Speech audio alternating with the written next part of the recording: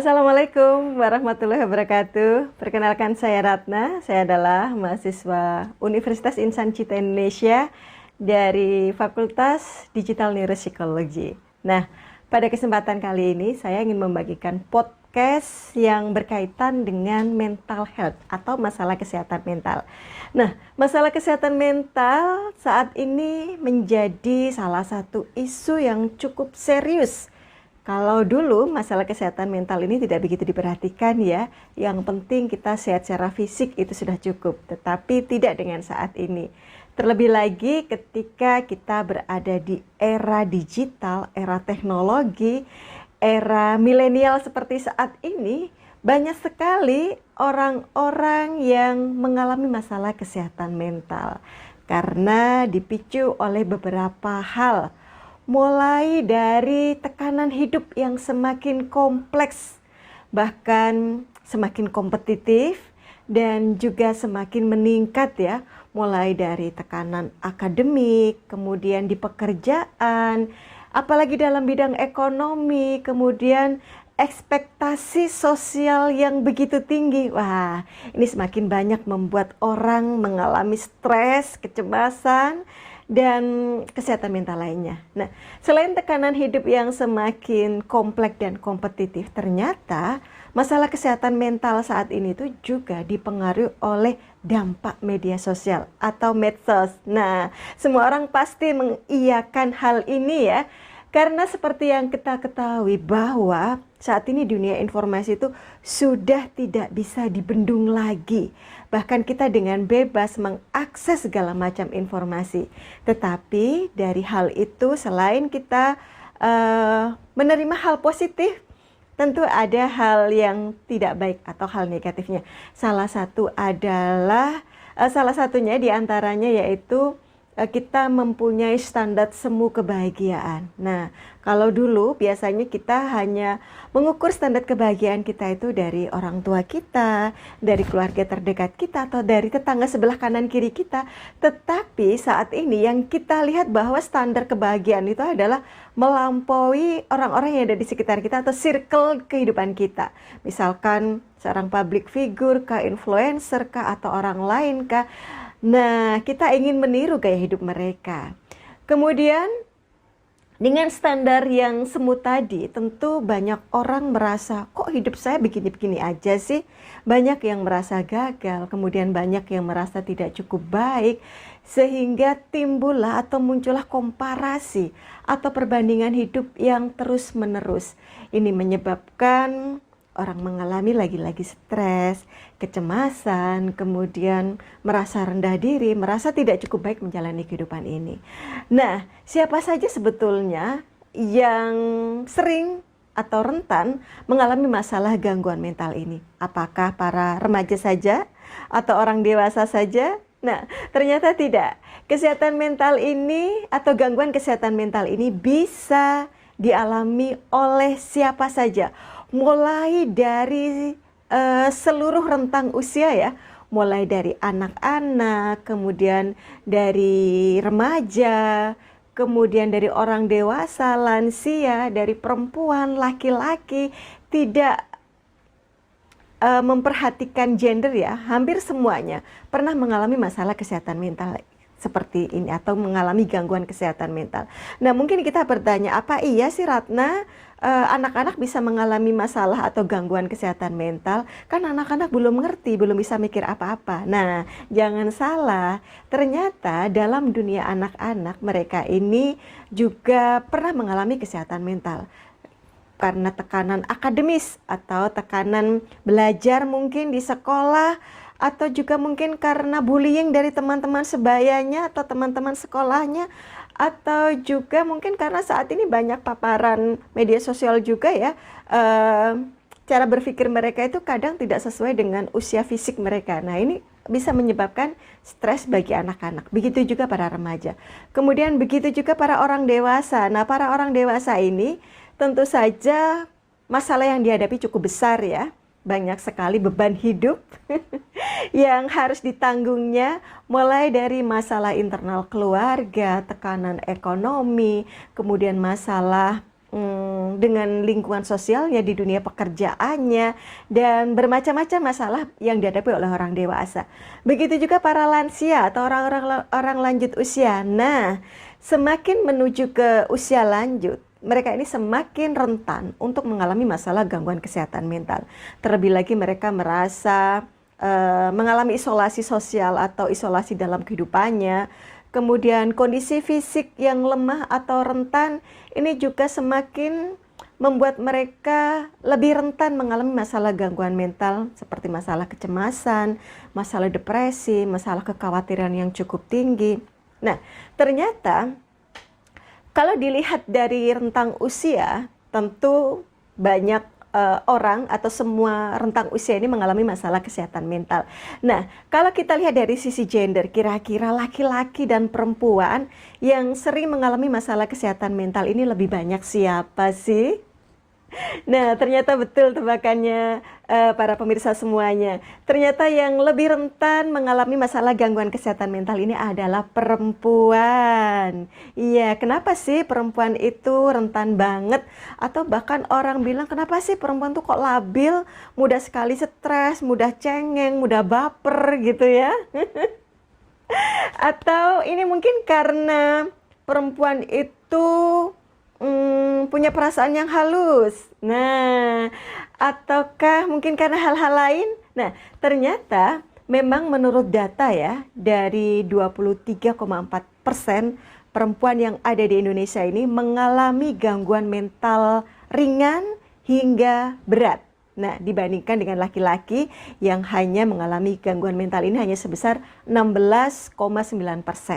Data ini diambil dari Global Burden of Disease atau GBD studi 2021, dan juga hal ini menurut Kementerian Kesehatan Republik Indonesia dari Riskesdas 2018 dan 2023. Di sana juga menjelaskan bahwa perempuan ini rentan sekali mengalami masalah gangguan mental karena ada beberapa faktor kenapa perempuan itu rentan. Yang pertama, karena bukan karena perasaan ya, bukan karena perasaan perempuan itu lembut, karena sistem sosial ya, atau tekanan sosial ganda. Banyak sekali perempuan-perempuan di Indonesia ini, mereka ini mempunyai peran ganda, apalagi ketika mereka sudah berumah tangga atau berkeluarga gitu ya. Bahkan para perempuan pekerja, nah ini tekanan sosial gandanya semakin besar, di mana mereka harus bekerja, kemudian mengelola rumah tangga. Mengelola rumah tangga itu ya mengurus anak-anak, mengurus suami, mengurus pekerjaan rumah, urusan dapur. Wah, banyak sekali deh pekerjaannya. Yang itu semuanya harus dipikul oleh para perempuan.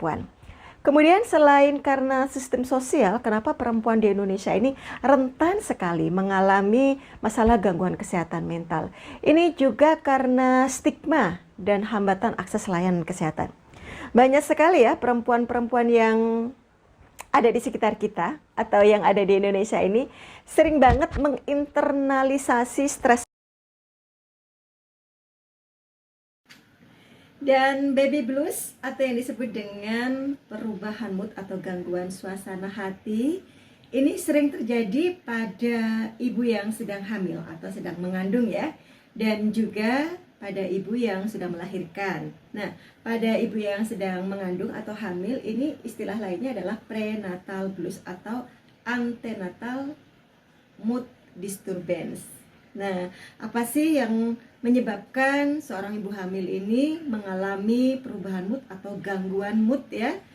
Dan tentu kita paham ya bahwa proses kehamilan itu tidak mudah. Nah, bagi siapapun yang pernah hamil tentu pernah merasakan ini.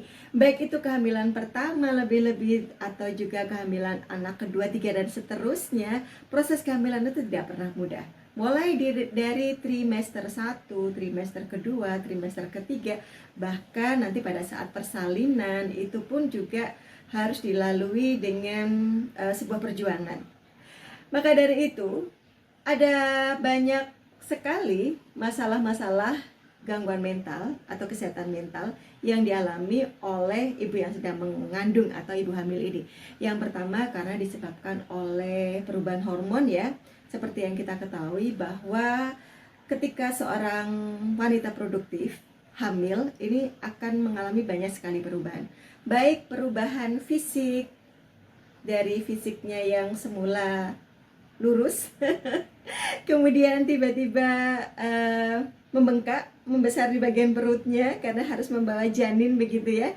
Nah, ini akan berpengaruh terhadap psikologi seseorang. Kemudian juga perubahan hormonal. Nah, perubahan hormonal ini juga sangat mempengaruhi kondisi mood atau gangguan mood pada ibu hamil. Terlebih lagi karena ini dipengaruhi oleh hormon estrogen dan progesteron. Kedua hormon ini adalah hormon yang meregulasi mood. Nah, pada saat kehamilan, hormon ini meningkat, tetapi terjadi penurunan ketika menjelang masa persalinan. Dan neurotransmitter yang ikut berpengaruh dari kedua hormon ini adalah yaitu serotonin dan dopamin yang mengatur mood ini. Maka dari itu, kenapa ibu hamil ini sering mengalami gangguan mood ya, seperti mengalami kecemasan. Kecemasan ini karena muncul banyak sekali kekhawatiran-kekhawatiran yang ada dalam pikirannya. Nah, kekhawatiran terhadap bagaimana nanti kondisi janinnya, apakah janin ini atau bayi ini akan sehat sampai menjelang masa persalinan. Nah, bagaimana nanti masa persalinan?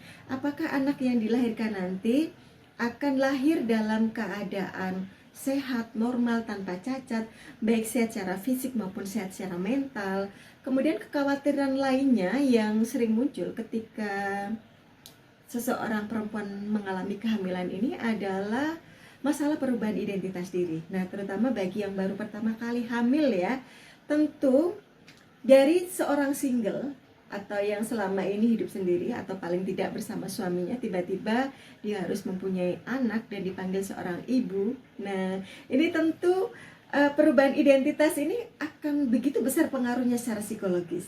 Nah, itu juga akan mempengaruhi mood bagi seorang ibu. Kekhawatiran apakah dia bisa menjalankan peran sebagai seorang ibu dengan baik, ataukah justru tidak bisa. Nah, itu sering menjadi pertanyaan-pertanyaan ketika masa kehamilan itu berlangsung. Nah, ternyata gangguan mood itu tidak hanya berlangsung pada saat kehamilan saja, bahkan setelah melahirkan pun gangguan mood atau masalah kesehatan mental ini masih sering terjadi ya. Nah, inilah yang disebut dengan baby blues. Biasanya baby blues ini sering terjadi ketika seorang ibu melahirkan, rentang waktunya antara 2-5 hari pasca persalinan atau yang disebut dengan postpartum begitu ya. Nah, salah satu gejala yang muncul ketika seseorang mengalami baby blues ini biasanya kehilangan nafsu makan atau justru nafsu makannya berlebih, kemudian menjadi pelupa atau sulit berkonsentrasi, mudah lelah, cepat gelisah, mudah marah begitu ya. Dan tidak bisa diem begitu, kemudian tidak bisa tidur dengan nyenyak. Dan ini perlu diwaspadai jika seseorang mengalami seperti ini pasca melahirkan atau postpartum. Ini sudah disebut dengan gejala baby blues. Nah, gejala baby blues ini disebabkan oleh beberapa faktor. Lagi-lagi hormonal. Hormonal ini berpengaruh terhadap keadaan mood seseorang atau mengapa orang tersebut mengalami baby blues ya.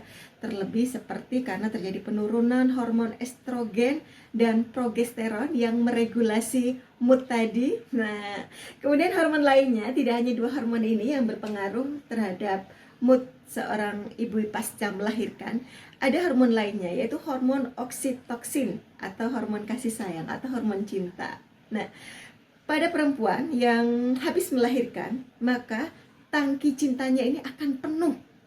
Jadi hormon oksitoksinnya ini akan melimpah ruah. Fungsinya untuk apa? Ini adalah untuk menjalin bonding atau menjalin ikatan ya dengan buah hatinya atau dengan babynya, dengan anaknya begitu. Nah, apabila interaksi dengan anak atau dengan babynya ini terganggu di saat hormon cintanya ini penuh dan harus disalurkan, maka ini juga akan berpengaruh terhadap mood atau kondisi emosional seorang ibu. Misalkan nih, si bayi harus tinggal di rumah sakit ya, mungkin karena harus menjalani perawatan atau terapi karena dia kena penyakit kuning atau hal lainnya, sehingga ibu tidak bisa mendekap bayinya ini secara langsung, tidak bisa memberikan ASI eksklusifnya. Nah, ini tentu akan menimbulkan rasa kekhawatiran, rasa kecemasan pada ibunya karena hormon cintanya tidak bisa tersalurkan dengan baik. Kemudian faktor lainnya yang mempengaruhi seorang habis melahirkan kenapa sampai terkena baby blues ini juga karena hormon kortisol. Hormon kortisol ini meningkat ya pasca persalinan atau postpartum ini. Inilah yang menyebabkan seorang ibu mudah lelah, mudah stres, mudah tersinggung, mudah marah begitu ya, karena hormon kortisolnya meningkat. Nah, selain beberapa hormon yang berpengaruh terhadap baby blues, kondisi lainnya adalah faktor psikologis. Nah, ini juga penting kita perhatikan ya. Misalnya seorang ibu tadi yang merasa cemas, bisa nggak sih aku menjadi ibu yang baik? Terus, gimana sih cara merawat anak ini? Apalagi untuk ibu yang baru pertama kali melahirkan ya. Walaupun mungkin sudah banyak tutorial yang bisa kita lihat melalui beberapa media sosial atau panduan-panduan dari buku atau para orang tua begitu ya. Tetapi kadang untuk mengimplementasikan dalam kehidupan sehari-hari para ibu muda ini atau yang baru pertama kali punya anak ini masih penuh kekhawatiran, penuh kecemasan. Bener nggak sih cara aku merawat ini? Nanti jangan-jangan begini, anakku jangan-jangan jadi tambah sakit. Nah, kekhawatiran-kekhawatiran itu mungkin muncul karena kecemasan yang berlebihan. Kemudian, apabila seorang ibu merasa terlalu perfeksionis ya, ingin memberikan yang terbaik pada putra-putrinya, kepada anaknya. Nah, kadang hal kecil apapun bagi dia yang merasa tidak sempurna, membuat dia itu merasa emosi begitu. Wah, ini nggak benar ini, yang benar itu seharusnya begini.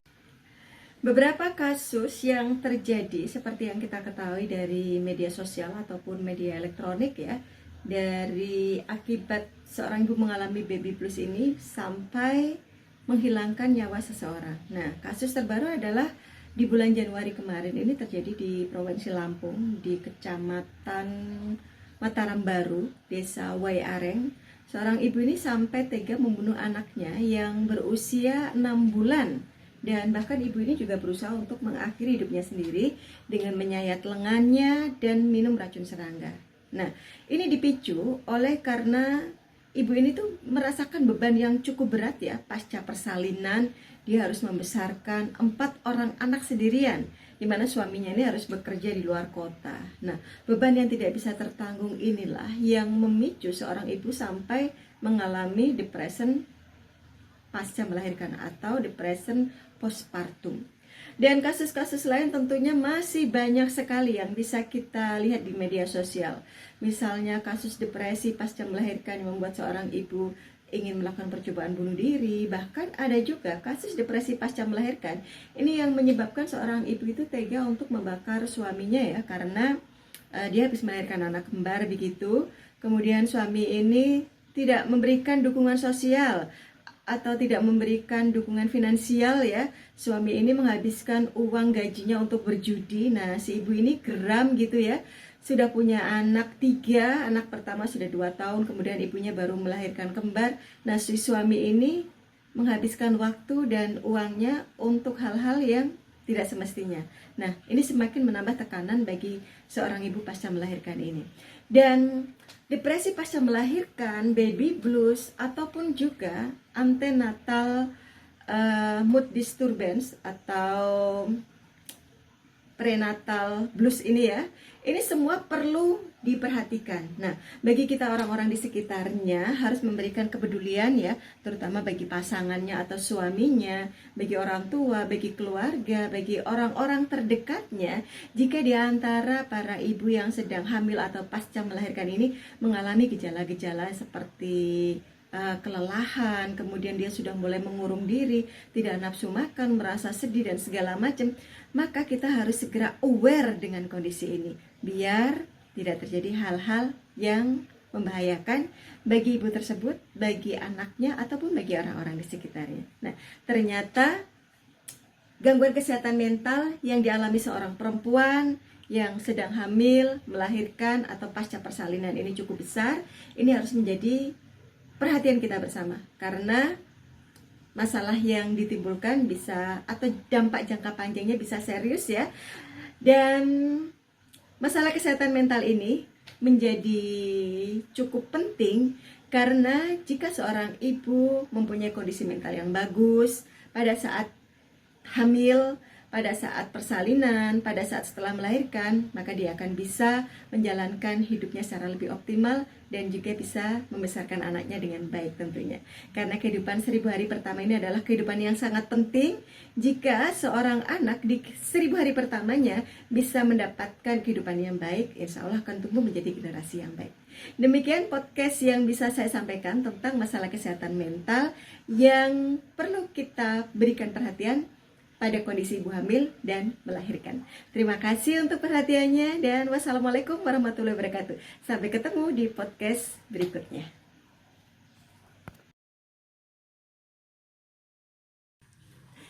Dan para pemirsa, kita ketahui bahwa ternyata proses kehamilan ini adalah proses yang tidak mudah bagi seorang perempuan, mulai dari awal kehamilan hingga proses persalinannya, karena di sana banyak sekali perubahan yang terjadi ya, mulai perubahan fisik, kemudian perubahan secara emosional, perubahan secara psikologis, bahkan perubahan identitas diri. Dan kesehatan mental ibu hamil ini perlu dijaga, begitu juga ibu pasca melahirkan, karena mempengaruhi nantinya terhadap janin yang dikandungnya dan terhadap perkembangan anak di 1000 hari pertamanya. Dan dukungan sosial dari pasangannya atau partner terdekatnya dan juga keluarganya ini juga sangat penting untuk menjaga kesehatan mental ibu pasca melahirkan tentunya. Dan agar kasus-kasus yang terjadi seperti yang sudah Ratna jelaskan tadi, kasus yang sampai menimbulkan korban jiwa ya, baik terhadap bayinya, terhadap ibu itu sendiri, maupun terhadap orang-orang terdekatnya, ini tidak terjadi lagi pada orang-orang di sekitar kita, ataupun keluarga kita, ataupun kerabat-kerabat, ataupun teman kita, ataupun para perempuan-perempuan lain. Maka kita perlu memberikan perhatian atau awareness kepada para perempuan-perempuan yang mungkin sedang hamil atau pasca melahirkan ini, agar mereka tidak sampai mengalami baby blues ataupun depresi postpartum ini. Dan apabila kita sudah menemukan gejala-gejala seorang perempuan hamil atau pasca melahirkan yang mengarah kepada kondisi mental yang tidak baik, sudah mulai mengurung diri, merasa cemas yang berlebihan, merasa panik karena merasa harus perfect dalam merawat anaknya, maka kita harus segera turun tangan nih untuk memberikan dukungan sosial dan memberikan perhatian khusus dan membantu para ibu ini atau para perempuan ini yang mungkin merasa kewalahan dalam proses kehamilan atau pasca melahirkannya. Jadi pemirsa, menjaga kesehatan mental ibu hamil dan pasca melahirkan ini adalah keharusan, bukan hanya demi ibu, tetapi juga untuk keberlangsungan tumbuh kembang anak dan ketahanan keluarga. Secara psikologis maupun neuropsikologis, baik medis dan sosial, juga perlu saling menguatkan pentingnya deteksi dini dan intervensi yang tepat. Nah, ada beberapa strategi yang mungkin bisa kita lakukan agar kesehatan mental ibu hamil dan pasca melahirkan ini tetap terjaga. Yang pertama adalah mengedukasi ibu ini atau perempuan ini dan keluarga yang bersangkutan mulai sejak masa kehamilan ataupun pasca melahirkan, bahkan sebelum kehamilan kalau bisa. Kemudian layanan konseling psikologi dan screening postpartum ini juga perlu ya mereka akses, dan menciptakan komunitas bagi dukungan ibu dan melatih tenaga kesehatan yang memahami sinyal gangguan mental yang akan dialami oleh ibu hamil ataupun ibu pasca melahirkan ini. Dan semoga saja dari podcast yang saya sampaikan ini membantu membuka wacana dan kesadaran pada kita semua bahwa sangat penting sekali menjaga kesehatan mental bagi ibu hamil dan ibu pasca melahirkan ini.